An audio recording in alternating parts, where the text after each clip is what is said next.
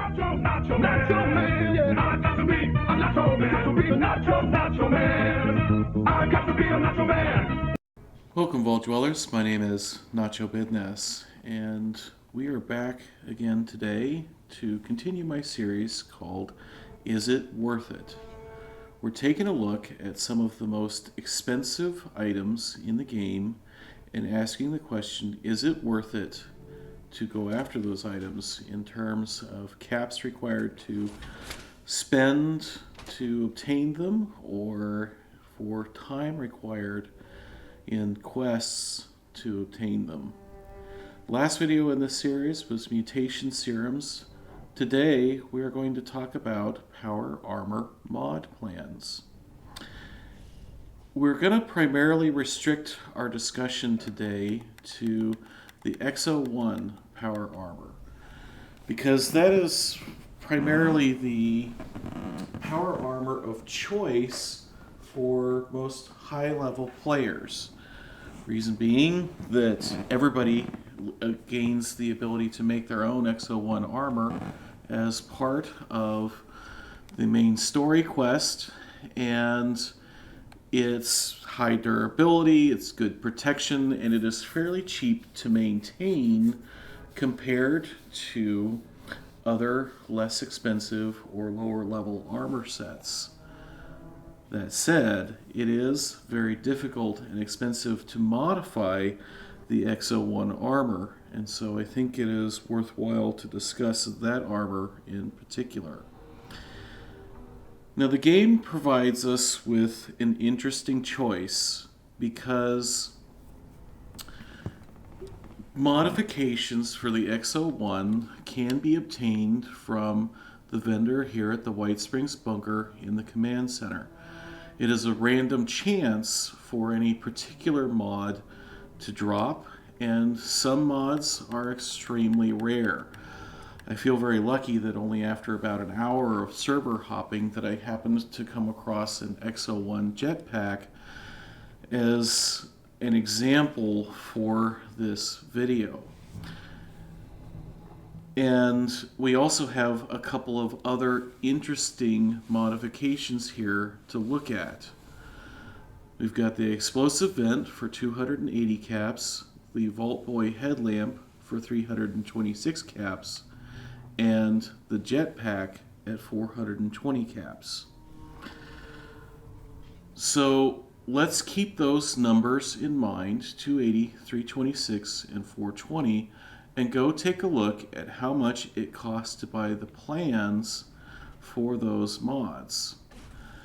As a side note, at the moment I have my character with a charisma of greater than 16 and the hard bargain perk enabled, and that is the way to get the lowest possible prices in the game. I discussed that in great detail in my video on charisma and how the the game wiki is a little bit misleading in the way that it is worded. So that Vault Boy headlamp was 326 caps, and look here, the plan is only 175. So when it comes to headlamps, I do think that it is worth your caps and your time to buy and craft them, because headlamps all have very little in the way of material requirements. The Vault Boy in particular is 1 aluminum, 1 copper, and 1 fiber optics. It might as well be free to craft. That explosive vent plan, on the other hand, was 280 caps, and if we want both legs, we have to get lucky twice and find it twice and buy it twice, which makes the total cost for 2 legs 560 caps. Meanwhile, the plan here is only 350 caps. You might be thinking, well, heck, I'll just buy this explosive vent plan and make my own. Here's the thing. If you go check the requirements to build that particular mod, they are pretty intense. Explosive vent costs 51 aluminum, 51 asbestos, 51 adhesive, and 51 nuclear material if you don't have the Powersmith perk. Man, that's over 200 junk items per leg. That is a pretty intense requirement, and I think that it is probably worth your time to server hop and get the relatively common explosive vent mod if that is in fact the mod that you're looking for your power armor legs. But that jetpack mod, that's the one where things start to get really interesting. Because you might be tempted to say, well, gosh, I can buy this plan for 5,000 caps and all those other scrub players. I can make my own armor pieces with that jetpack mod and sell those to other players for like 3,000 caps, and I'm going to get my money back, and I'm going to turn a profit. And I don't think that's going to work out. And the reason I say that is, one, we can't just build the mod. We have to actually build the armor piece and then modify it. The armor piece itself is pretty intense when it comes to material requirements, but let's look at what it takes to actually modify it with a jetpack if we were to buy these plans.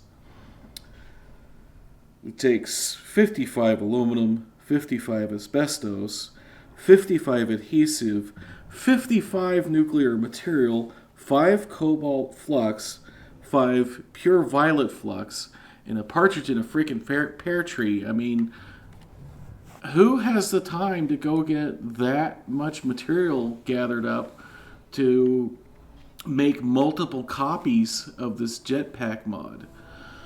So if your plan is to buy these modification plans in order to turn that into a business, that means that you're going to have to charge an incredible amount of caps, and I don't think you're going to get other players to pay it. First off, everyone already knows how to make their own X01, so when they see it in your inventory, they may not even look at it. When they do look at it, they still have to get into the inspect mode in order to even see that it has a jetpack modification. You are going to struggle to make your money back buying plans. So is the answer to the question, is it worth it to buy power modification plans? What is the answer to that question?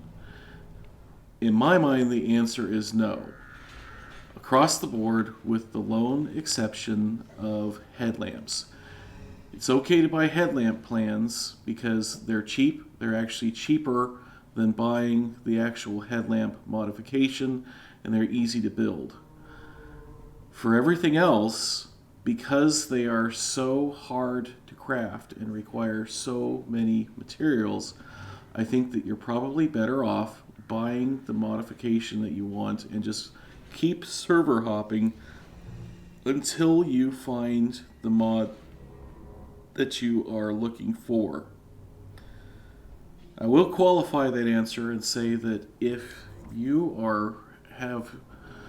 have your heart set on some Stealth Boy mods for your X01 or reactive plates, I have come to this vendor probably hundreds of times throughout my playthrough, and I don't believe that I have ever once seen Stealth Boy or reactive plates for sale here. Again, some of these mods are so rare as random drops that they may as well not even exist. And so for those mods, yes, go ahead and buy the plans if you're willing to spend the caps and the resources, because you feel that that is something that you really need for your character. I hope you found this discussion and this information useful. If you did, please leave a like down below. And if you want to see more, the next video in the series is going to be a discussion about, is it worth it to go after backpacks? So if you're not subscribed, subscribe. If you didn't like, please tell me why in a comment so that I can try and do better for you next time. Until next time, my name is Nacho Bidness, and I'm saying it's a great big wasteland out there, Let's go have fun in it.